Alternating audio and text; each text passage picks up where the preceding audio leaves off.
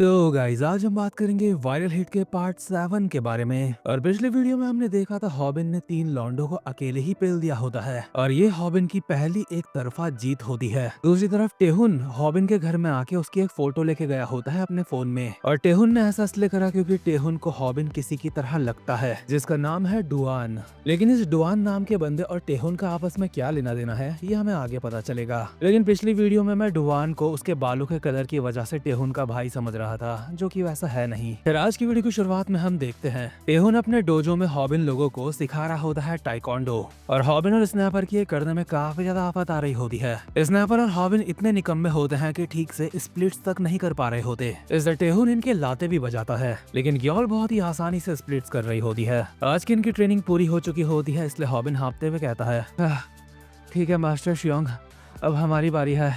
यानी कि अब बारी होती है कि हॉबिन लोग टेहुन को सिखाएं कि एक YouTube चैनल कैसे चलाया जाता है। और क्योंकि अब हॉबिन टेहुन का टीचर बन चुका होता है इसलिए अपनी औकात में आ जाता है, गंदा सा मुंह बना के कहता है नहीं टेहुन, तुम इस तरीके से YouTube चैनल नहीं चला सकते। मैं तुम्हें काफी बार सिखा चुका हूँ तो तुम्हें ये आ क्यों नहीं रहा है। ऐसे काम नहीं चलेगा टेहुन, तुम्हें सजा मिलेगी। तुम्हें पता है ना मैं तुम्हें तुम्हारे ही भले के लिए मार रहा हूँ। ये टेहुन को पनिशमेंट के तौर पे उसके हाथ में डंडी मार रहा होता है गंदा सा मुंह बना के। और अभी इनकी लाइव स्ट्रीम ऑन होती है जिसमें सब कुछ दिख रहा है, इसलिए ऑडियंस को ऐसा लगता है अगर हॉबिन लोगों में ताकत होती तो ये जरूर बुरे इंसान होते जो दूसरों को परेशान करते हैं। लेकिन ये एक तरीके की मजाक मस्ती होती है। लेकिन हॉबिन कतई ही टेहुन के सर पे ही चढ़ा जा रहा होता है और कहता है क्या हुआ टेहुन, तुम मुझे ऐसे क्यों देख रहे हो? क्या तुम सीखना नहीं चाहते क्या? मेरे चैनल पे 5 लाख सब्सक्राइबर है, तुम बहुत ज्यादा खुश नसीब हो कि मैं तुम्हें सिखा रहा हूँ। हाँ टेहुन, अगर तुम सीखोगे नहीं तो टाइकोंडो को प्रमोट कैसे करोगे? हाँ, बाद में तुम्हारी वीडियोस एडिट करने में मुझे काफी दिक्कत होने वाली है, इसलिए मुझे थोड़ा खर्चा पानी दे देना। हाँ टेहुन, आजकल हर कोई यूट्यूबर बनना चाहता है, तो तुम्हें क्या लगता है तुम कैसे बन जाओगे ऐसे ही? ये हरामजादे कुछ वक्त के लिए टेहुन के टीचर क्या बन गए, इनकी टोन ही बदल चुकी है। स्नैपर तो टेहुन से उसका फोन ही ले लेता है और मस्त करके लेटते हुए कहता है चलो असली मजा करते हैं, मैं टेहुन के फोन से लाइव स्ट्रीम ऑन कर रहा हूँ। और जब स्नैपर टेहुन का चैनल खोलता है तो देख के हैरान हो जाता है कि टेहुन के चैनल पे एक भी वीडियो नहीं है लेकिन 1 लाख से ज्यादा सब्सक्राइबर है उसके। इसलिए स्नैपर के मन में आ रहा होता है क्या उसे हॉबिन को धोखा देके टेहुन के साथ मिलके काम करना चाहिए, क्योंकि उसने तो अभी एक वीडियो भी नहीं डाली फिर भी उसके इतने सब्सक्राइबर हो गए। टेहुन को भी अच्छा लग रहा होता है, उसकी पहली लाइव स्ट्रीम में काफी सारे लोग आ रखे हैं जो उसकी तारीफ कर रहे हैं। हॉबिन सर के बल खड़ा हो जाता है टेहुन को कहते हुए कि तुम भी ऐसा करो ताकि तुम्हारी ऑडियंस को मजा आए। लेकिन सच बताओ हॉबिन की ऑडियंस खुद हॉबिन से परेशान होती है कि हरामजादा से हमेशा उल्टा क्यों जाता है, बट फिर भी हॉबिन के कहने पे टेहुन ऐसा कर देता है जिससे उसके 6 पैक एब्स बहुत ज्यादा क्लियर दिख रहे होते हैं। ये करके टेहुन कहता है तो तू चाहता है मैं ऐसे हेड स्टैंड करूं, लेकिन ये सब कुछ करने का मतलब क्या है बे? ये करने पे हर कोई मेरा पेट देख सकता है। टेहुन वापस से नॉर्मल होके ऑडियंस को कहता है अबे सालो, तुम ऐसी फालतू की चीजें देखते ही क्यों हो? क्या तुम्हारे पास और कुछ बेहतर नहीं है करने के लिए? टेहुन, तुम इस तरीके से अपनी ऑडियंस से बात नहीं कर सकते, तुम्हें ऐसे बात करनी चाहिए जैसे वो कहीं के वीआईपीज हैं। लेकिन इन रियलिटी उसके ऐसे बात करने से ऑडियंस को कुछ खास फर्क नहीं पड़ रहा होता, बल्कि हॉबिन के सब्सक्राइबर्स भी अब टेहुन को सब्सक्राइब कर रहे होते हैं। हॉबिन टेहुन को बताता है अगर तुम अपनी ऑडियंस से ऐसे बदतमीजी से बात करोगे तो तुम अपना यूट्यूब चैनल नहीं चला पाओगे और टाइकोंडो को कभी प्रमोट नहीं कर पाओगे। ऑडियंस में भी कुछ लोगों को थोड़ा सा बुरा लगा होता है कि उसने बदतमीजी से बात करी, लेकिन जैसा मैंने कहा कुछ खास फर्क नहीं पड़ा, क्योंकि इंसान का ऑरा ये डिसाइड करता है कि कोई तुमसे कैसे बिहेव करेगा। हॉबिन की बात सुनकर टेहुन अपनी ऑडियंस को कहता है हे ऑडियंस, मेरी स्ट्रीम को छोड़ के मत जाना, अगर तुम लोग जाओगे तो मेरी स्ट्रीम किसी काम की नहीं रहेगी। टेहुन के कहते ही ऑडियंस दोबारा से उसके लिए पागल हो जाती है और स्नैपर हॉबिन को बताता है हमारे सब्सक्राइबर उसको सब्सक्राइब करने लग गए हैं अब। साथ ही में हॉबिन के फोन में जो लाइव स्ट्रीम चल रही है उससे बंदे टेहुन की लाइव स्ट्रीम में जा रहे हैं, इसलिए हॉबिन भी बिल्कुल टेहुन की ही नकल करके कहता है हे तुम लोग मत जाओ, अगर तुम जाओगे तो मेरी स्ट्रीम किसी काम की नहीं रहेगी। हॉबिन के कहने के बाद जो उसके 5 लाख सब्सक्राइबर थे वो 4,90,000 हो जाते हैं। लोग तो कमेंट्स में इसको ये तक बोल रहे होते हैं साले कहीं अकेले मत मिल जाइयो, बहुत मारूंगा तुझे। मतलब भाई का ऑरा हमेशा माइनस में चलता है। वैसे ये बात पूरी तरीके से भी सच नहीं है, लेकिन कमाल की बात तो यह है कि टेहुन को 2 घंटे हो चुके होते हैं लाइव स्ट्रीम करते हुए और अब भी उसकी स्ट्रीम में 80,000 लोग होते हैं। मतलब बंदा सिर्फ एक स्ट्रीम से किसी सेलिब्रिटी के लेवल तक पहुंच चुका है। और आपको तो पता ही है जब कोई लाइव स्ट्रीम करता है तो उसको अजीब अजीब से कमेंट्स आते हैं। टेहुन को भी अभी कुछ वैसे ही कमेंट्स आ रहे होते हैं। टेहुन उनको देख के जवाब देता है कमाल है, क्या ये बोल रहा है कि ये मेरे आर्म पिट्स देखना चाहता है? अबे सालो, तुम कोई हफ्सी हो गया, तुम्हें वो देखना क्यों है? दूसरी तरफ हॉबिन जलन के मारे जमीन पर टकरा होता है। उसे समझ नहीं आ रहा होता कि टेहुन को लोग इतना पसंद क्यों कर रहे हैं और उसको क्यों नहीं कर रहे। पर टेहुन का मन अब लाइव स्ट्रीम बंद करने का होता है, इसलिए कहता है मेरी आंखें दर्द करने लगी है, अब मैं लाइव स्ट्रीम बंद कर रहा हूँ। मैं कुछ देर के लिए बाहर जा रहा हूँ और जब मैं वापस आऊंगा मुझे पूरा स्टूडियो बिल्कुल चमकता हुआ दिखना चाहिए, अच्छे से साफ करना इसको। लेकिन मैं क्यों करूँ साफ इसको? क्योंकि मैंने तुझे एक नई टेक्निक सिखाई है। तो मैंने भी तो तुझे बताया कि एक यूट्यूबर कैसे बनते हैं। अबे चलना, बाद में मिलते हैं। और टेहुन अपना फोन सीधा हॉबिन के सर पे फेंकता है। उसे इस बात की भी कोई खास चिंता नहीं होती कि उसका फोन टूट जाएगा। उसके जाते ही हॉबिन लोग यहाँ की साफ सफाई स्टार्ट कर देते हैं और हॉबिन अपने मन में कहता है टेहुन काफी ज्यादा कूल है, वो अपनी जिंदगी वैसे जीता है जैसे वो चाहता है, काश मैं भी अपनी जिंदगी उसकी तरह जी पाता। इसके बाद हम देखते हैं टेहुन को जो उबासियां लेता हुआ साइकिल चला रहा होता है और योनवू को याद करके अपने मन में कहता है लोगों का जैसा मन होता है उन्हें वैसे जीना चाहिए, किसी दूसरे के ऑर्डर्स पर अपनी जिंदगी जीना बहुत बेकार है। अगर तुम जी रहे हो तो इस बात का ध्यान रखो कि किसी और की कठपुतली न बन जाओ, बिल्कुल उस गधे की तरह जिसको मैं जानता हूँ। इसके बाद सीन शिफ्ट होता है और हम देखते हैं योनवू को जो अपने घर पे पढ़ाई कर रहा है और लाइव स्ट्रीम ऑन कर रखी है। लेकिन जैसे उसके फादर यहाँ पे आते हैं तो उसकी लाइव स्ट्रीम की साउंड बंद हो जाती है, यानी कि वो खुद ही कर देता है। दरअसल उसके फादर भी उसकी लाइव स्ट्रीम्स देखा करते हैं और आई थिंक वो लाइव स्ट्रीम करता ही अपने फादर के कहने पे है, ताकि उसके फादर देख सके ये कर क्या रहा है, किस तरीके से पढ़ रहा है, हर पल अपने बेटे पे नजर रख सके। और क्योंकि योनवू क्वेश्चन नंबर 18 में थोड़ी देर के लिए रुक गया था तो उसके फादर तुरंत यहाँ पे आ गए, उसको कहने लगे कि तू रुका क्यों। उसके फादर उस पर प्रेशर डालते हुए कहते हैं तुम अब पहले की जितनी स्ट्रीमिंग नहीं कर रहे हो, अगर तुम ऐसे ही स्ट्रीमिंग करना कम कर दोगे तो मेरे पास तुम्हारे ऊपर शक करने के अलावा और कोई रास्ता नहीं बचेगा। तुम मेरी इस बात से जरूर सहमत होंगे कि तुम्हें पढ़ाई करते हुए लाइव स्ट्रीम करनी चाहिए, और अगर तुम ऐसा नहीं चाहते तो मैं पहले की तरह तुम्हारे कमरे में कैमरा लगा दूंगा। मैं जानता हूँ तुम सही फैसला करोगे। और मतलब देख रहे हो यार, पहले इसके फादर इसके कमरे पे कैमरा लगा के रखते थे ताकि इस पे हमेशा नजर रख सके, चाहिए कमरे में कुछ भी करे। लेकिन अब इसके फादर ने इसको थोड़ी सी छूट दे दी होती है, यानी कि अब कैमरा तो हटा दिया है लेकिन हर वक्त इसको पढ़ाई करते हुए लाइव स्ट्रीम ऑन करनी पड़ेगी ताकि इसके फादर इसको देख सके ये क्या कर रहा है। सच में यार ऐसा बाप किसी को न मिले। मतलब मैं जानता हूँ कुछ पेरेंट्स बच्चों की चिंता में काफी ज्यादा एक्सट्रीम लेवल तक चले जाते हैं, लेकिन अगर इस तरीके से बच्चे पे नजर रखी जाए तो वो किसी पपेट से ज्यादा और कुछ नहीं। और ऊपर से शायद आपको वो फीलिंग पता होगी, जब आपके ऊपर कोई नजर रख रहा है, आपको कोई देख रहा है,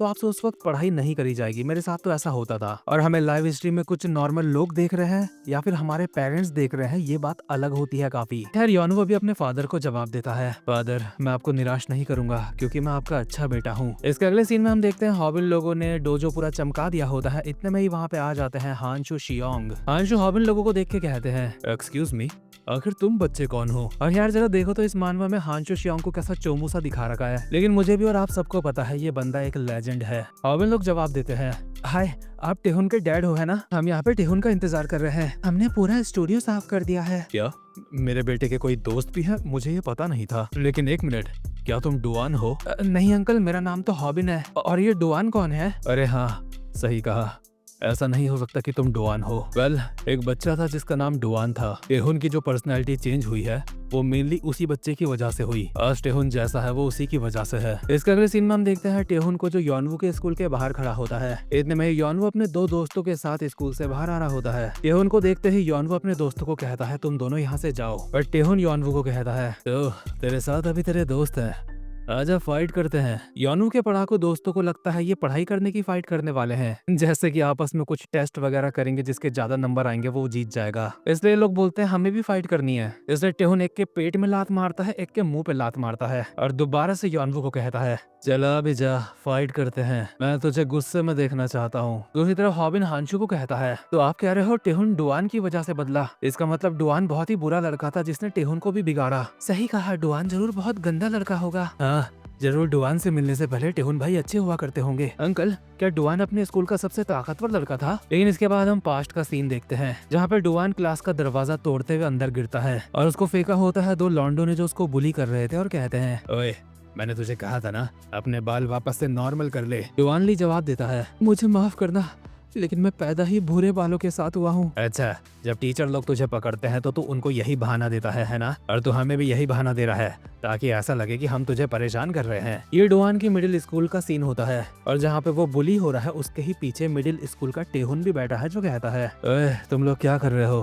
क्या तुम हमारे क्लासमेट को बुली कर रहे हो? मैं ये सब नहीं सहूंगा। ओए बच्चे क्या तू ठीक है? हाँ तुम्हारा शुक्रिया टेहुन। लेकिन टेहुन डुआन के मुंह पे लात बजा के उसको पीछे फेंक देता है और छपरी उसके मुंह पे सिगरेट लगा के जलाने लगते हैं। टेहुन कहता है, अबे साले मैं तो मजाक कर रहा था, सच में इस हरामजादे के बाल भूरे क्यों हैं? इसके बाद हमें हांशु की वॉइस ओवर आती है जो हॉबिन को बोल रहे थे, आखिर तुम ये बच्चे ये क्या बोल रहे हो? टेहुन डुआन की वजह से बदला है, लेकिन डुआन को उसकी क्लास में हमेशा बुली किया जाता था। टेहुन बदला तो जरूर है, लेकिन डुआन से मिलने से पहले वो और ज्यादा बेकार इंसान था। और इसके बाद शुरू होता है टेहुन जियोंग का सैड पास्ट, जब टेहुन कतई एक हरामखोर किस्म का इंसान हुआ करता था। सबसे पहले हमें दिखाया जाता है गैंगबक मिडिल स्कूल का सीन, जहाँ पे 3 छपरी आपस में बात कर रहे होते हैं एक चान जियोंग नाम के बंदे के बारे में, जो इस इलाके का एक ऐसा बदमाश होता है, अगर उसको पैसे दे दो तो वो किसी को भी मार देगा। और ये बात करते हुए इन्होंने अपने सामने बैठा रखा होता है डुआन को, और डुआन का अलग अलग तरीके से मजाक उड़ा रहे होते हैं, जैसे कि उसके बालों का। डुआन कहता है, मेरे बाल पैदा होने के साथ से ही ऐसे हैं, मैंने इन्हें कलर नहीं कराया। लेकिन एक छपरी डुआन के हाथ में थूकता हुआ कहता है, तो डुआन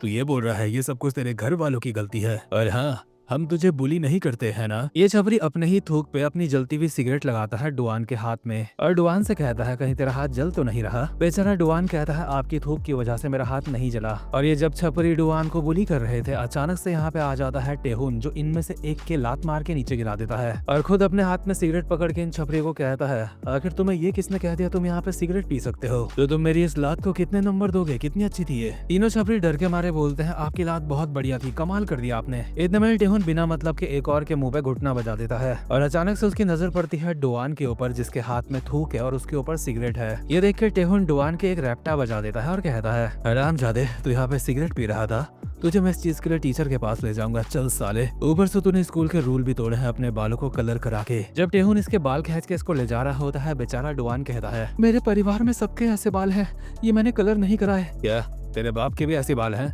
इसका मतलब उसने भी कलर कराए थे। ये देखते हुए तीनों छपरी चान जियोंग के बारे में बात कर रहे होते हैं कि अब तो हमें टेहुन को मारने के लिए उसको बोल ही देना चाहिए। इतने में टेहुन अचानक से इनके सामने आ जाता है, जिससे इनकी फटके 4 हो जाती है और टेहुन इनको देता है अपने डोजो का फ्लेयर और सीधे शब्दों में कहता है, अगर तुम्हें ताकतवर बनना है तो मेरे डोजो में आना यहाँ टाइकोंडो सीखने। इसके बाद सीन शिफ्ट होता है और हम हांशो के डोजो का सीन देखते हैं। हांशो टेहुन को कहते हैं, तुम हमारे स्टूडियो के फ्लेयर्स अपने स्कूल में बांट रहे थे, अच्छा तो इसी वजह से आज यहाँ पे कोई दिख नहीं रहा। वैसे मैंने यही उम्मीद करी थी, तुम्हें क्या लगा था लोग इतनी आसानी से तुम्हारे कहने पे यहाँ पे आ जाएंगे? वैसे भी आजकल कोई टाइकोंडो सीखना नहीं चाहता, लेकिन उन हरामजादों ने मुझसे वादा करा था कि वो आएंगे। मैंने पूरे 300 फ्लेयर बांटे थे स्कूल में, लेकिन उसके बावजूद भी कोई नहीं आया। टेहुन जरा अपनी भाषा पे ध्यान दिया करो। लेकिन इनके डोजो में एक बंदा तो आया होता है और वो होता है डुआन। इसको देख कर टेहुन का और दिमाग खराब हो जाता है कि आखिर ये यहाँ पे क्या कर रहा है। टेहुन को तो याद भी नहीं होता ये है कौन। लेकिन डुआन सहमी हुई शकल के साथ जवाब देता है, मुझे आपने यहाँ पे बुलाया था, मैं इसलिए आया हूँ। आपने मुझे ये फ्लेयर दिया था और कहा था कि आपके डोजो में आना है सीखने। या अबे साले आखिर तू है कौन और मुझे कैसे जानता है? वो इसलिए क्योंकि हम दोनों एक ही क्लास में पढ़ते हैं। एकदम ही हांशु टेहुन के सर पे एक लात मारते हैं बदतमीजी करने के लिए डुआन से। हांशु टेहुन को बताते हैं कि डुआन के घर वालों का उनके पास फोन आया था, उन्होंने कहा था कि उनके बच्चे को टाइकोंडो सिखाना है। ये सुनकर टेहुन और ज्यादा गुस्सा हो जाता है कि डुआन की खुद की कोई मर्जी नहीं है क्या कि उसके घर वाले ही उसको सब कुछ करने के लिए कहते हैं। बट डुआन कहता है, जैसा मेरा घर वाले कहेंगे मैं वैसा करूंगा, क्योंकि मैं एक अच्छा बच्चा हूँ उनका। ये सुनकर टेहुन का और ज्यादा दिमाग खराब हो जाता है, क्योंकि उसको ऐसा लग रहा होता है कि इसके साथ कुछ तो गड़बड़ है। इसके कुछ देर बाद डुआन के फादर अपनी महंगी सी कार में डुआन को लेने आ जाते हैं। दूर से टेहुन भी ये देख रहा होता है और सोच रहा होता है, इसके फादर तो सच में अमीर हैं और उनके बाल भी बिल्कुल वैसे ही हैं जैसे डुआन ने बोला था। लेकिन ये इतना ज्यादा अमीर है, उसके बावजूद भी लोग इसे बुली क्यों करते हैं? शायद ये चोमू सा दिखता है इसलिए इसको बुली करते हैं। शायद ये चोमू कभी किसी को ना नहीं बोल पाता। खैर जो भी हो, इसके जैसा अमीर बंदा हमारे डोजो में आएगा तो हमारा फायदा ही है। चलो अब थोड़ा सा गेम वगैरह खेलने चलता हूँ। और जब टेहुन रास्ते से जा रहा था, इतने में उसके बगल से बहुत तेजी से एक बाइक आती है और उसके पीछे जो बैठा होता है टेहुन की टांग में घुमा के एक बेसबॉल बैट मार देता है। दरअसल टेहुन की सुपारी दे दी होती है उन 3 छपरियों ने जो टेहुन के साथ स्कूल में पढ़ते हैं। ये तीनों बंदे अभी चान जियोंग नाम के बंदे के सामने खड़े होते हैं, जो स्किड नाम की एक गैंग का लीडर है और इसने ही टेहुन की टांग तोड़वाने के लिए अपने बंदों को भेजा था। चान जियोंग ने अपने मुताबिक अपना काम कर दिया है, इसलिए इन 3 छपरियों से अब पैसे मांगता है। लेकिन जब छपरियों को पता चलता है कि टेहुन की टांग में इसने बेसबॉल बैट पड़वाया है, तो छपरियों की फटके 4 हो जाती है और वो चान जियोंग को कहते हैं, इसका कोई फायदा नहीं, इससे उसे कुछ नहीं होगा, हमने ये ट्राई करा है। टेहुन इतना ज्यादा खतरनाक बंदा है कि वो मजे मजे में स्कूल की बेंचें तोड़ देता है अपनी टांग से। और सच में दूसरी तरफ जो टेहुन के बैट पड़ा होता है, उससे टेहुन की टांग नहीं बल्कि वो बैट टूट जाता है। टेहुन के चेहरे में अब भी एक स्माइल होती है और उन बाइकर्स को कहता है,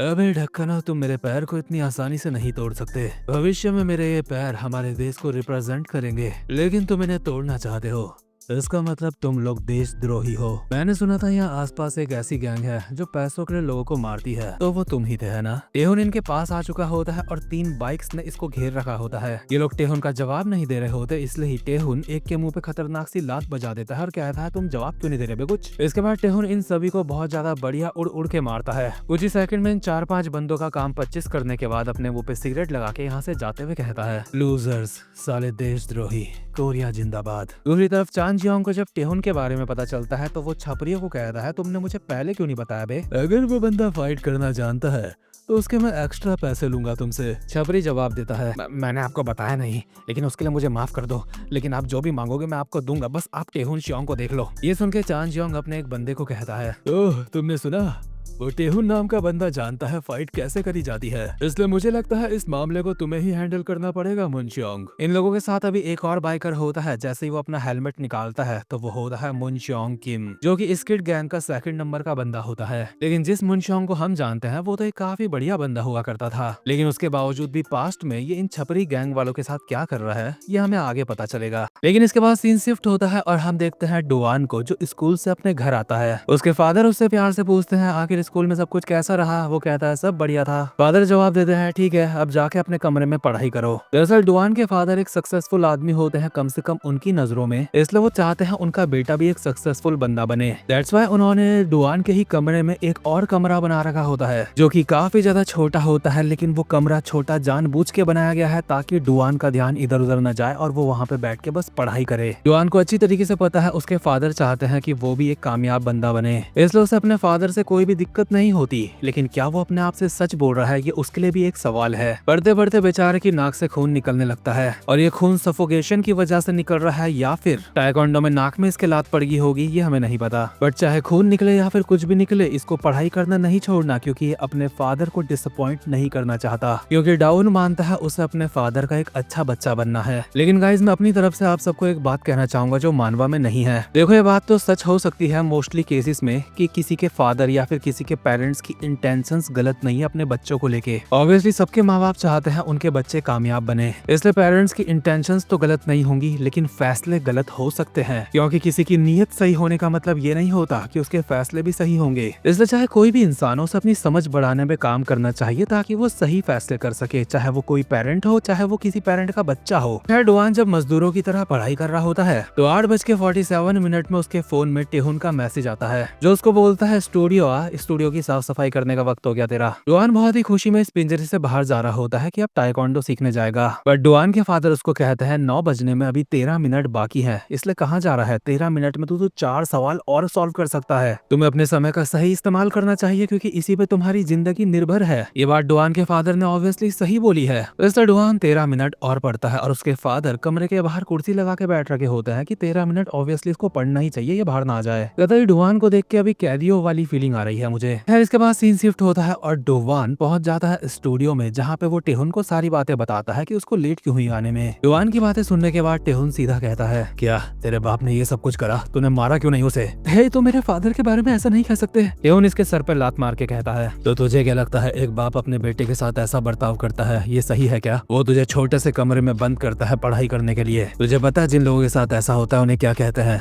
उन्हें कहते हैं कठपुतली। अब घर जाके अपने बाप को कहियो कि वही तेरी जगह पढ़ाई करे, क्योंकि पढ़ाई से इतना ज्यादा प्यार उन्हें ही है, तुझे नहीं। ढक्कन कहीं के, तेरी जिंदगी तेरी है, इसलिए उसे अपने हिसाब से जी। और स्कूल में लॉन्डो से मार खाना बंद कर, या फिर कम से कम उनको ये तो मत बोल कि तू टाइकोंडो सीखने आता है मेरे यहाँ, और भगवान के लिए अपने बाल काले करवा ले, इससे कम से कम लौंडे तुझे मारेंगे तो नहीं।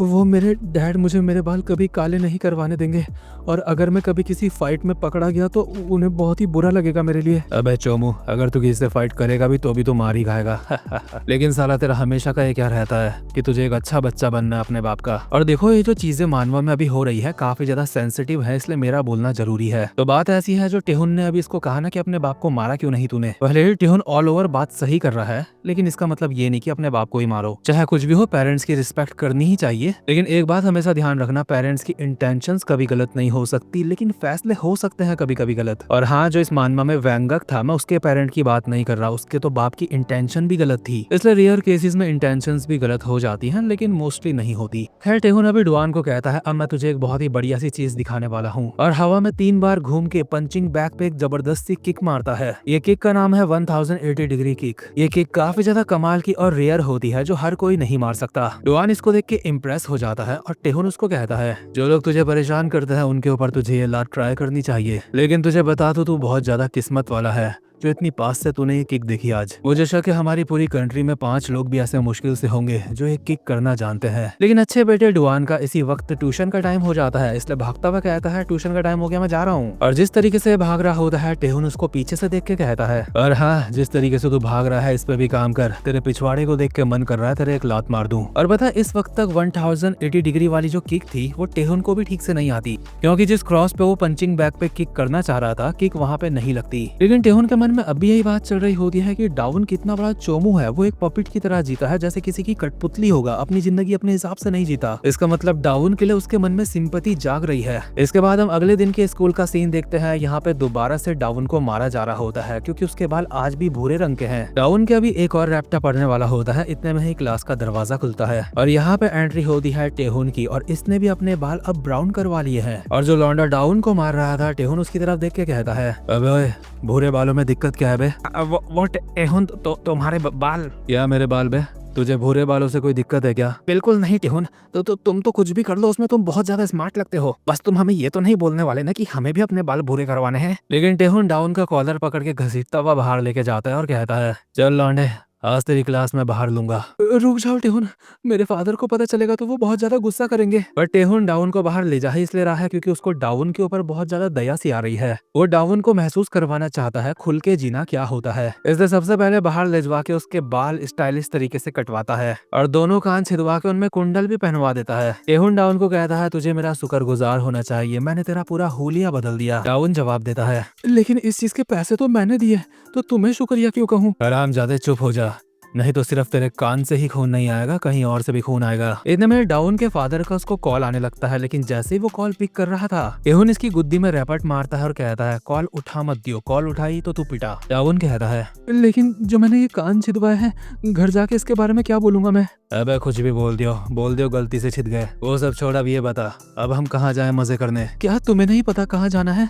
लगता है तुम खुद भी मजे नहीं करते। अबे साले मार खाना चाहता है क्या मुझसे? नहीं सॉरी, मुझे माफ कर दो। पर इतने में ही 2 स्कूल की लड़कियां इनके सामने आती हैं और कहती हैं, तुम भी 2 हो हम भी 2 हैं, चलो कुछ मजे करते हैं, घूमने चलते हैं कहीं। टेहुन तो इनको भी मुक्का मार के इनका मुंह का नक्शा बिगाड़ने की सोच रहा होता है, बट वो देखता है जब ये 2 लड़कियां डाउन से बात कर रही होती हैं तो डाउन काफी ज्यादा शर्मा रहा होता है, एक तरीके से उसे अच्छा लग रहा होता है, इसलिए ये सोच के टेहुन के भी चेहरे में स्माइल आ जाती है, चलो लौंडे को अच्छा तो लग रहा है कुछ। इसके बाद ये दोनों लड़कियों के साथ जाते हैं कैरियोके। टेहुन मस्त करके एक जगह पे बैठा होता है, डाउन हकलाते हुए गाना गाता है और दोनों लड़कियां चुड़ैलों की तरह नाच रही होती हैं। ये दोनों लड़कियां बार बार डाउन को क्यूट बोले जा रही होती हैं, शायद इससे ही उसको अच्छा लग रहा था। और अभी नाचते गाते हुए इन दोनों लड़कियों का असली चेहरा सामने आता है, जो मेरी कॉलेज की क्लासमेट्स की जैसा लग रहा है। ऑल ओवर डाउन को मजा आ रहा होता है, लेकिन वो अपने मन में कहता है, अरे नहीं, मुझे यहाँ पे इस तरीके से मजे नहीं करने चाहिए, मुझे तो अभी ट्यूशन जाना चाहिए, ट्यूशन का टाइम हो चुका है, मुझे पढ़ाई करनी चाहिए, मैं अपने फादर को निराश नहीं कर सकता, मुझे एक अच्छा बेटा बनना होगा जैसा कि मैं कल था। और डाउन की चिंता जायज भी होती है क्योंकि उसके फादर के 300 मिस कॉल आ चुके होते हैं उसको, मतलब समझ रहे हो तुम्हारे पिताजी के पूरे 300 मिस कॉल आ चुके हैं, तो उनका मूड किस लेवल पे खराब होगा। खैर इसके बाद ये सारे लोग कुछ फोटोज क्लिक करवाने लगते हैं। ये उनको अब भी थोड़ी हेजिटेशन हो रही होती है, लेकिन अंदर से उसको मजा आ रहा होता है, इसलिए अब वो पोज देना स्टार्ट करता है जो की होता है मिडिल फिंगर। मतलब भाई अब धीरे धीरे टेहुन के साथ खुलने लगा है। इसके बाद टेहुन पंचिंग मशीन में किक मार के उसको तोड़ देता है और इसका इल्जाम लगता है डाउन के ऊपर। डाउन यहाँ के ओनर से माफी मांगता है। इसके बाद ही जाते हैं आर्केड गेम खेलने के लिए जैसे कि टेक्कन होता है, लेकिन टेहुन के पास गेम खेलने के लिए पैसे नहीं होते, इसलिए डाउन से कहता है, अरे डाउन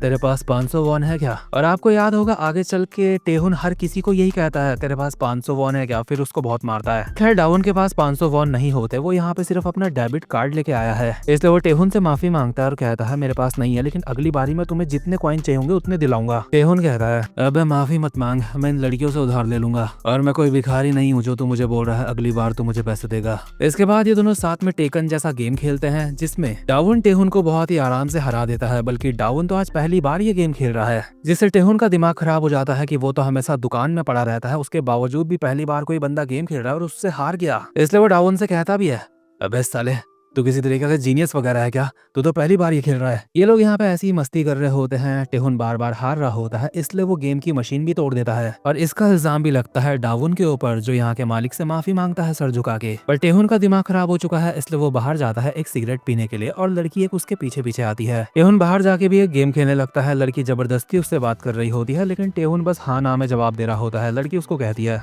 टेहुन क्या तुम मुझे अपना आखिरी नाम नहीं बताने वाले? या इसका मतलब ये है कि मुझे खुद गैस करना पड़ेगा? कहीं तुम टेहुन ली तो नहीं है ना? टेहुन है ना? मैंने सही बोला ना? टेहुन तुम कुछ बोलते क्यों नहीं? क्या मैं तुम्हें परेशान कर रही हूँ? काफी देर बाद टेहुन इसको कहता है, वैसे एक बात है जो मैं तुझसे पूछना चाहता हूँ। मैं जानती हूँ तुम क्या पूछ रहे हो, और उसका जवाब है नहीं, मेरा कोई बॉयफ्रेंड नहीं है। अबे मैं वो नहीं पूछ रहा हूँ। ओह माय गॉड, तो फिर तुम मुझसे क्या पूछ रहे हो? टेहुन जल्दी पूछो, तुम कुछ भी पूछ सकते हो मुझसे, मैं बिल्कुल मना नहीं करूंगी। मुझे ये बता, ये सब कुछ करने के तुझे उन लॉन्डो ने कितने पैसे दिए? तो इन लॉन्डो के कहने पे ही हमारे पास आई थी ना। और अभी टेहुन को स्किड गैंग ने साइड से घेर लिया होता है और टेहुन इन्हीं की बात कर रहा है लड़कियों से। लड़की बाइक में बैठे चान जियोंग के पास चले जाती है और चान जियोंग कहता है, तो यहाँ पे क्या चल रहा है, तुझे अंदाजा हो गया इसका? हाँ तो बता, यहीं पे मामले को निपटाना चाहेगा या फिर कहीं और चले? अगर मैं तेरे साथ जाऊंगा तो तुम लोग डावुन को कुछ नहीं करोगे, है ना? वैसे भी उसने आज तक किसी से लड़ाई नहीं करी। हमें तो ये हमारी दिक्कत नहीं है।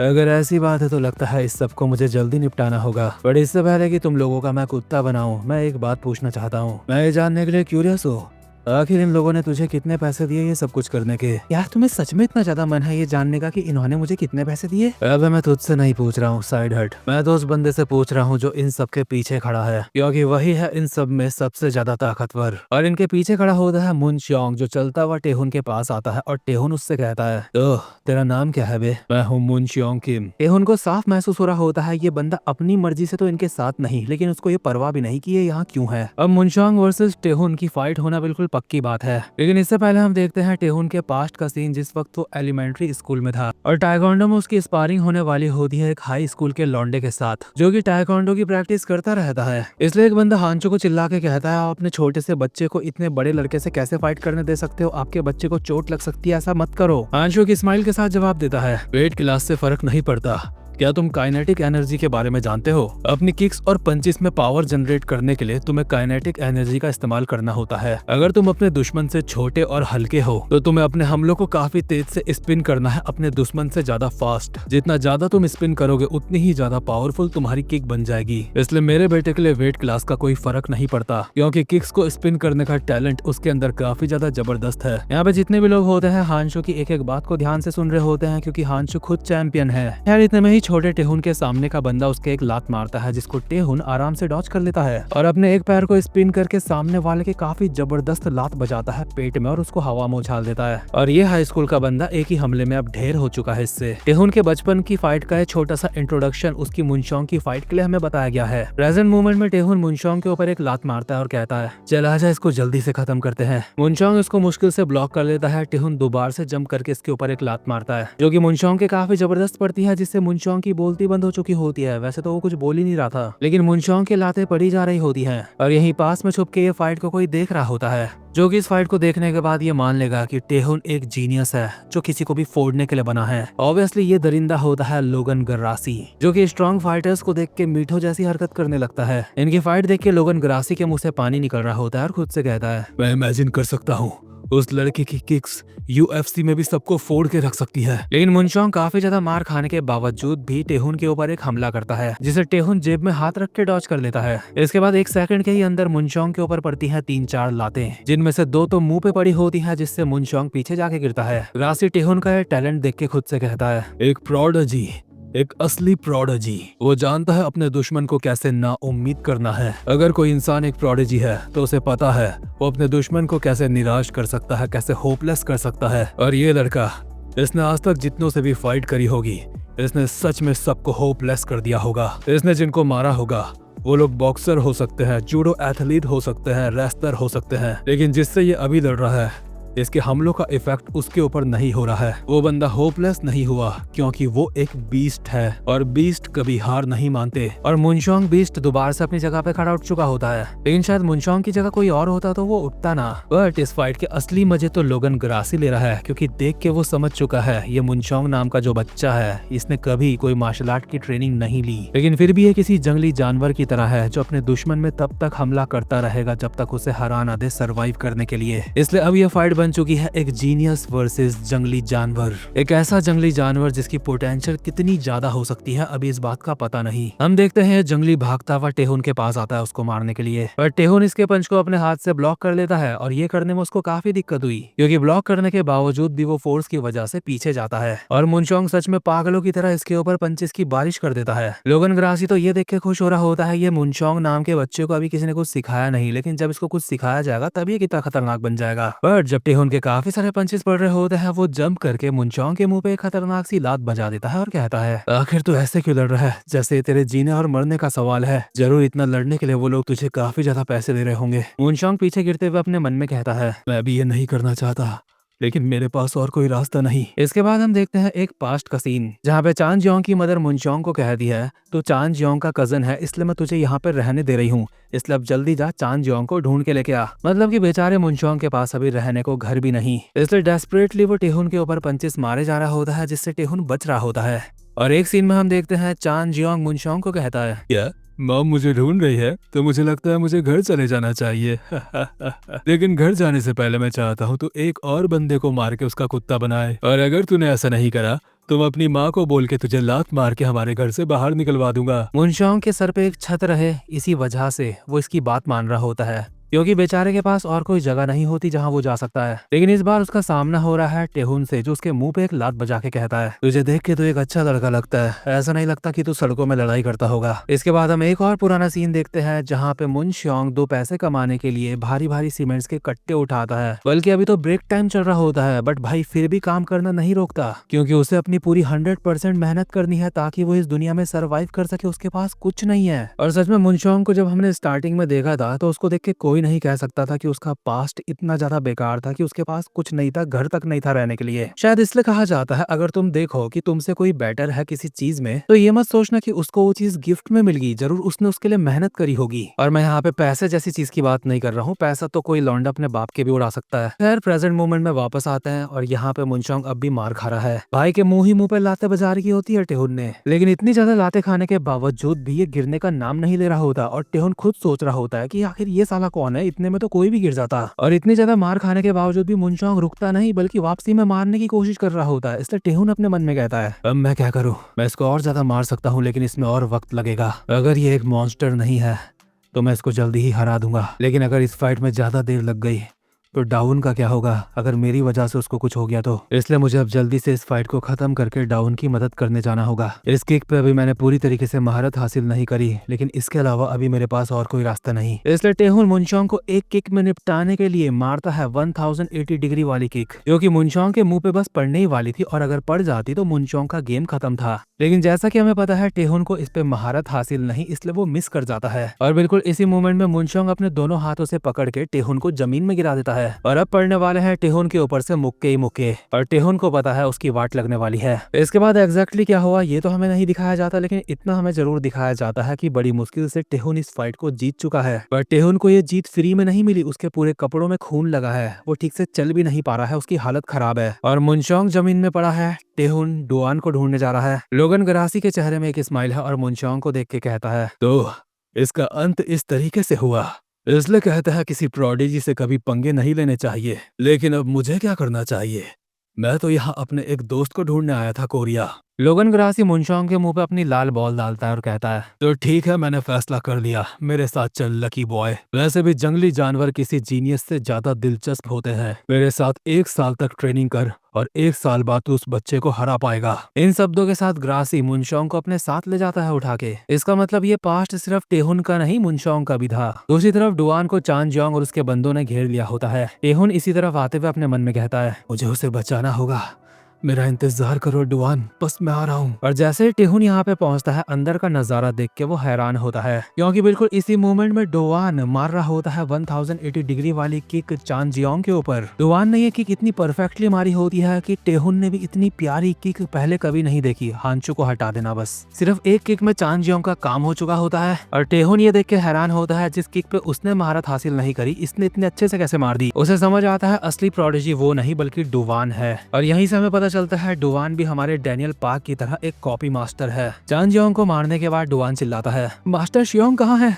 बट जैसे ही वो टेहुन को देखता है तो आके उसके गले लग जाता है। टेहुन के शरीर में खून लगा है, इसलिए वो कहता है, मास्टर आप ठीक हो ना, आपके ये चोट वोट कैसे लगी? बट जैसा कि लोगन ग्रासी ने कहा था, एक प्रोडिजी के सामने उसका दुश्मन बिल्कुल होपलेस हो जाता है। टेहुन बिल्कुल उसी तरीके से होपलेस हो चुका होता है डुआन के सामने। ऐसी होपलेसनेस उसे अपनी जिंदगी में पहली बार महसूस हो रही होती है, इसलिए अभी वो एक बचकानी से हरकत करके डुआन की गर्दन पकड़ के गुस्से में कहता है, डुआन दूर हो जा मुझसे। और टेहुन की इसी गलती की वजह से अब उसकी लाइफ में दिक्कतें शुरू होने वाली हैं। इसके बाद सीन शिफ्ट होता है और हम देखते हैं डुआन के घर में पता चल जाता है उसने फाइट करी है, और ना सिर्फ फाइट करी बल्कि जिनसे फाइट करी उन्हें काफी ज्यादा जख्मी भी करा है। और ये चीज उसके स्टूडेंट रिकॉर्ड में लिखा जा सकता है, जिस वजह से उसे आगे दिक्कत हो सकती है। इसलिए डुआन के फादर का मत्था पूरी तरीके से सनक चुका होता है। वो अपने बेटे पे काफी ज्यादा गुस्सा होते हैं और उसको कहते हैं, मैं चाहता हूँ अब तुम ताइक्वांडो करना छोड़ दो। मैं जानता हूँ ये सब कुछ उस टेहुन की वजह से हुआ है, उसकी वजह से तुम्हारा ध्यान पढ़ाई से हटा है। डुआन, जो तुमने कानों में चीज पहनी है उनसे तुम्हें मेरी बात सुनाई भी नहीं दे रही है क्या? दरअसल डुआन खुद को कोस रहा होता है कि उसने फादर को डिसअपॉइंट कर दिया अपने इस बात के लिए, इसलिए उसका ध्यान उसके फादर की बातों में नहीं होता। पर इसके फादर इसने जो कानों में पहना होता है उसे जबरदस्ती खींच के निकाल देते हैं, जिससे बेचारे के कान से थोड़ा खून भी निकलता है। इसके फादर यहाँ से जाते हुए कहते हैं, अब तुझे अपनी पढ़ाई में ध्यान देना होगा, फालतू लोगों के साथ मत घूमा कर। बट डुआन अगले दिन जब स्कूल आता है तो उसे ये समझ नहीं आता कि उसके फादर तो उससे नाराज है, ये तो ठीक है, लेकिन आखिर टेहुन स्कूल क्यों नहीं आ रहा है, वो डुआन को अवॉइड क्यों कर रहा है। लेकिन अंदर ही अंदर डुआन को पता होता है टेहुन उससे नाराज है, क्योंकि डुआन ने 1080 डिग्री वाली किक उसके ही सामने मारी। इसलिए स्कूल से घर जाते वक्त भी बेचारा उदासी में सड़क में चल रहा होता है, ये सोचते हुए कि उसे ऐसा नहीं करना चाहिए था, उसे वो किक नहीं मारनी चाहिए थी। मनी मन टेहुन से माफी मांगते हुए इसकी आंखों में आंसू आ रहे होते हैं, लेकिन इतने में ही इसके पीछे से कोई आता है। पर इसके पीछे पलटते ही सीन शिफ्ट होता है और हम देखते हैं टेहुन को, जो अभी गेम सेंटर में गेम खेल रहा होता है। टेहुन के मन में भी यहाँ पे गेम खेलते हुए यही बात चल रही होती है, जो किक को मैंने पूरी तरीके से मास्टर नहीं करा और डुआन ने कैसे मार दी। लेकिन साथ ही में उसको रियलाइज होता है उसकी सोच कितनी ज्यादा बचकानी है, उसे खुद के ऊपर काम करना होगा और थोड़ा मैच्योर बनना पड़ेगा। बट फिर भी टेहुन है तो एक बच्चा, इसलिए अपने मन में कहता है, नहीं, ये सब कुछ डुआन की ही गलती है, वो एक प्रोडिजी है, लेकिन उसके बावजूद भी सबको ऐसा दिखाता था जैसे कहीं का बेवकूफ है। और क्योंकि उसकी गलती है इसलिए वो मेरे पास आएगा, मैं उसके पास नहीं जाऊंगा। मैं साला उससे बात नहीं कर रहा हूँ तो वो भी मुझसे बात नहीं कर रहा है, देखो तो जरा। इसके हम पास्ट के सीन में देखते हैं जहाँ पे टेहुन हांचू से पूछता है कि आपको डुआन के फादर कैसे लगते हैं। हांचू जवाब देते हैं, डुआन एक काफी अच्छा बच्चा है, लेकिन वो दिल का काफी ज्यादा बढ़िया है, इसलिए मुझे उसके लिए बुरा लगता है। उस बच्चे को ये भी नहीं पता कि वो जिंदगी में क्या चाहता है, वो बस वही काम करता है जो उसको करने के लिए कहा जाता है। बेचारा बच्चा, उसे देख के लगता है वो खुशियों से काफी ज्यादा दूर है। मुझे नहीं लगता उसे इस बात का एहसास है कि उसे ऐसे नहीं जीना चाहिए। इसलिए टेहुन, मैं चाहता हूँ तुम उसका ध्यान रखा करो, ठीक है? इसके अगले सीन में हम देखते हैं टेहुन गेम खेलते हुए सोच रहा होता है क्या उसे डुआन से पहले जाके बात करनी चाहिए। वैसे भी वो डुआन का टीचर है, अगर वो डुआन की चिंता नहीं करेगा तो कौन करेगा। इतने में एक लौंडा टेहुन के पीछे से आता है और उसका नाम पुकारता है। टेहुन को लगता है ये डुआन है, लेकिन ये डुआन नहीं होता, इसलिए टेहुन इसके रैप्टा बजा देता है और कहता है, अबे साले, अगर तुम मुझे नहीं जानता तो मुझसे बात क्यों कर रहा है बे? बट लौंडा मार खाने के बावजूद भी टेहुन को बताता है उसे यहाँ पे चान जियोंग ने भेजा है ये बताने के लिए कि चान जियोंग ने उसको किडनैप कर लिया है, यानी कि डुआन को। और अगर टेहुन चाहता है कि डुआन को छोड़ दिया जाए तो टेहुन को वहाँ जाना होगा। टेहुन इस लौंडे को पकड़ के खींच के अपने साथ लेके जा रहा होता है कि बता आखिर वो लोग कहाँ है। लेकिन अचानक से टेहुन के दिमाग में आता है आखिर मुझे वहाँ जाने की क्या जरूरत, उसको तो खुद फाइट करना आता है, वो तो खुद बच सकता है उन लोगों से। इसलिए नाराजगी में टेहुन वहाँ नहीं जाता उसको बचाने। इतने में ही डुआन का कॉल आता है टेहुन को लगता है कि डुआन ने उन लोगों को मार दिया है, इसलिए कॉल कर रहा है। पर टेहुन को खुद को डुआन से सुपीरियर ही दिखाना है, इसलिए कॉल उठा के डुआन को कहता है, क्या बात है डुआन, मैं इस वक्त बिजी हूँ। लेकिन ये कॉल डुआन ने नहीं चान जियोंग ने करा होता है डुआन के फोन से और कहता है, टेहुन, ये मैं बोल रहा हूँ डुआन। हरामजादे, तेरे पास डुआन का फोन क्यों है? क्या तुम सच में जानना चाहते हो? क्या तुम जानना चाहते हो कि इसके साथ क्या होने वाला है? तुम एक नंबर के गधे हो। अबे ओए ध्यान से सुन, मैं वहाँ आ रहा हूँ। लेकिन डुवान की वजह से नहीं आ रहा हूँ वहाँ, जो कि एक झूठ है। लेकिन वो डुवान को बचाने के लिए निकल चुका होता है। उसने तो सोचा होता है वो वहाँ जाएगा, डुवान को बचा के हीरो बनेगा। लेकिन दूसरी तरफ डुवान ने मार खाना स्टार्ट कर दिया होता है। चान जियोंग उसको मारते हुए कहता है, क्या हुआ साले, अब मार के दिखा उस दिन की तरह जैसे उस दिन उड़ के मार रहा था मैं। क्या हुआ, आज हम ज्यादा है तो इसलिए तेरी फट गई। डुवान के मुक्के और रैप्टे पड़े जा रहे होते हैं, लेकिन वो अपने मन में कहता है, क्या टेहोन यहाँ आ रहा है?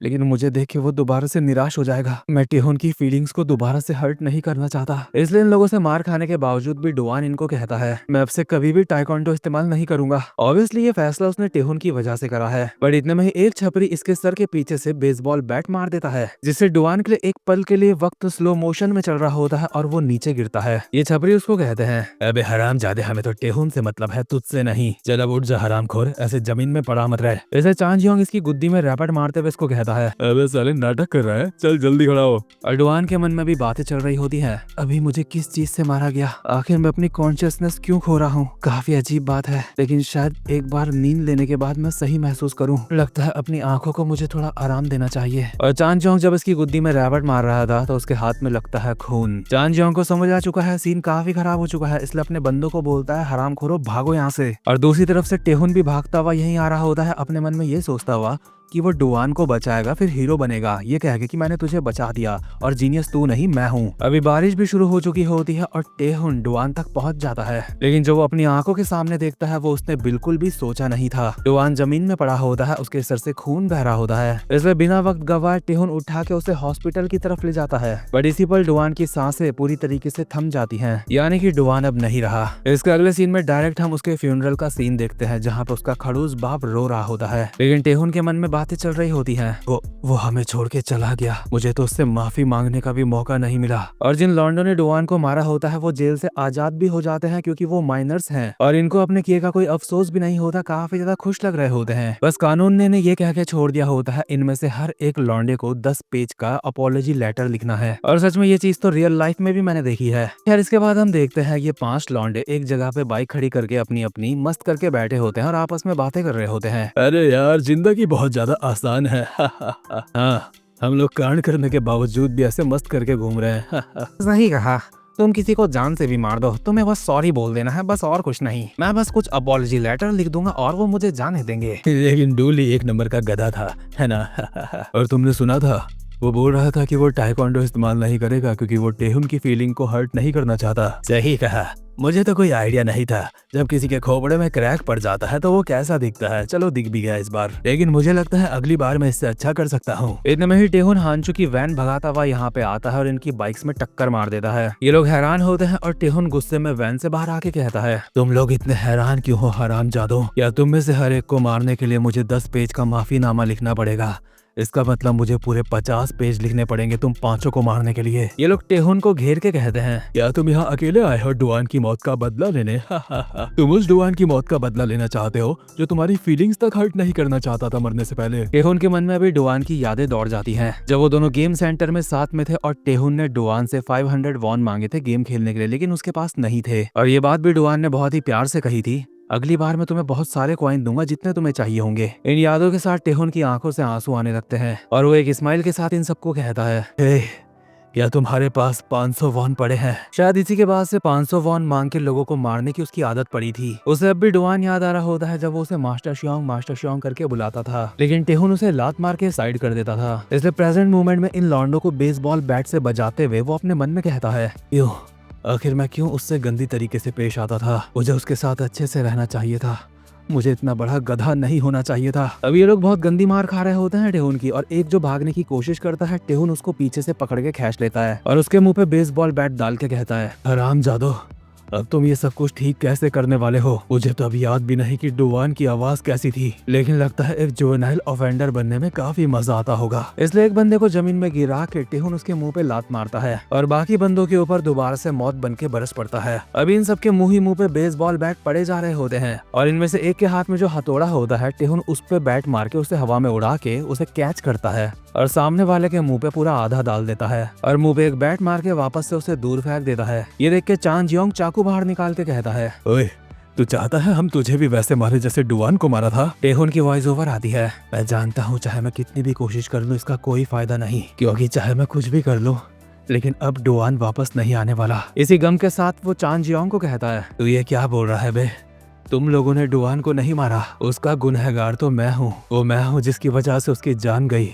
मुझे ही उससे दोस्ती नहीं करनी चाहिए थी। मुझे चुपचाप से उसे उसकी जिंदगी जीने देना चाहिए था और उस दिन मुझे उसके ऊपर गुस्सा भी नहीं करना चाहिए था। अपनी जिंदगी में वो कुछ कर पाता, लेकिन इससे पहले मेरी वजह से अब वो इस दुनिया में नहीं है। पर चान जियोंग टेहुन के चाकू मारना स्टार्ट कर देता है, जिनसे वो आराम से बचते हुए कहता है, ओए तो इस चाकू के साथ ये क्या कर रहा है? और चान जियोंग की टांग में पड़ता है बेसबॉल का बल्ला। इसके बाद इसकी ठुड्डी में, फिर हाथ में, जिससे हाथ टूट जाता है। लेकिन अचानक से ही एक बंदा टेहुन के सर पे पीछे से बेसबॉल बैट मार देता है और डरते हुए कहता है, क्या मैंने इसके ठीक से मार दिया? तूने जिस तरीके से मेरे सर के पीछे से मारा है, तुझे देख के लगता है डुआन को भी तूने ही मारा था। तो बता, क्या तेरे पास 500 वॉन पड़े हैं? और अचानक से सामने वाले के मुंह पे पड़ता है बेसबॉल बैट। इसके बाद टेहुन इन सबसे 500 वॉन मांगता है और सबको मारता है। एक बंदा तो बोल रहा होता है मेरे पास है 500 वॉन, लेकिन फिर भी उसके मुंह के बीच में बेसबॉल बैट पड़ता है और टेहुन अब इन लोगों से 5000 वॉन मांगने लगता है। इस पॉइंट तक आते आते टेहुन को खुद से नफरत हो चुकी होती है और चान जियोंग टूटे हुए हाथ के साथ इससे माफी मांगता है डुआन को मारने के लिए। पर टेहुन इसको कहता है आगे से तो किसी से माफी ही नहीं मांग पाएगा। इसके बाद फिर से टेहुन नए सिरे से इन सबकी तुड़ाई करता है। बाकी के लॉन्डो की तो मार खाने की वजह से जमीन में पड़े पड़े हल्की सी बॉडी कांप रही होती है, लेकिन चान जियोंग की बॉडी में कोई मूवमेंट नहीं होता। काफी सारा खून बह रहा होता है और बॉडी की हालत भी खराब लग रही होती है। अपनी पूरी भड़ास निकालने के बाद टेहुन साइड में बैठ के फूट फूट के रोने लगता है। उसे याद आता है डुआन ने एक बार उससे सवाल पूछा था, टेहुन क्या तुम खुश हो? ये सवाल टेहुन को काफी अजीब लगा था, इसलिए उसके सर पे लात बजा दी थी और उल्टा उससे ही पूछता है, क्या तू खुश है? डुआन एक हल्की सी स्माइल के साथ जवाब देता है, हाँ मैं खुश हूँ, क्योंकि मेरे डैड खुश हैं। यही बातों को याद करते हुए टेहुन अपने मन में कहता है, वो एक कठपुतली था जिसे ये तक नहीं पता था कि खुशी क्या होती है। एक ऐसा बच्चा जिसे जो करने के लिए कहा जाता है वो वही करता है। जब वो मेरे आसपास होता था तो मुझे काफी गुस्सा आता था। वो इसी तरीके का था, लेकिन अब वो नहीं रहा। मैं उसकी रक्षा करना चाहता था लेकिन नहीं कर पाया। इसके बाद हम वापस से प्रेजेंट मोमेंट में आते हैं, जहाँ पे टेहुन योनवू के स्कूल के बाहर खड़ा था, योनवू का इंतजार करता हुआ। और इस वक्त भी टेहुन के मन में ख्याल चल रहे थे, शायद मैं बहुत ज्यादा मतलबी हूँ, क्योंकि मुझे पता है योनवू डुआन नहीं है, लेकिन योनवू मुझे तुम्हारे अंदर वो दिखाई देता है। मुझे माफ करना, जो मैं तुम्हारे साथ कर रहा हूँ वो कोई भी सेंस नहीं बनाती बात, लेकिन मुझे ये करना ही होगा, क्योंकि अगर मैंने ऐसा नहीं करा, मैंने तुम्हें बचाने की कोशिश नहीं करी, तो मैं खुद से नफरत करना कभी नहीं छोड़ पाऊंगा। और जब योनवू यहाँ पे आता है अपने दोस्तों के साथ, तो बिल्कुल वही होता है जो हमने पहले देखा था। टेहुन पहले तो इसके दोनों पड़ाकू दोस्तों को मारता है और योनवू का कॉलर पकड़ के कहता है, मैं तुझे गुस्से में देखना चाहता हूँ, तो बता क्या तू खुश है? मुझे नहीं लगता तू खुश है। कम से कम अपने मुझे कोई तो इमोशन दिखा डुआन। मतलब तुम समझ रहे हो, टेहुन डुआन को नहीं बचा पाया इसलिए उसे खुद से नफरत है, इसलिए कम से कम वो योनवू को बचाने की कोशिश कर रहा है, क्योंकि उसे अंदर से तगड़ी फीलिंग आ रही है। योनवू भी बिल्कुल वैसा ही है जैसा डुआन था। खैर गाइस, इसी के साथ ये वीडियो यहीं पे खत्म होती है। और आज की ये वीडियो आपको कैसी लगी कमेंट्स में लिख के जरूर बताना। मुझे तो काफी मस्त लगी, क्योंकि हर बार की तरह पीटीजे ने सोसाइटी का असली चेहरा इसमें दिखाया है हमें, मतलब की सोसाइटी के घरों के अंदर क्या चलता है वो दिखाया है। ओके गाइस, वीडियो खत्म होने के बाद जो भी करते हैं सब कर देना। अब मैं मिलता हूँ आपसे अपनी नेक्स्ट वीडियो में, तब तक के लिए गुड बाय।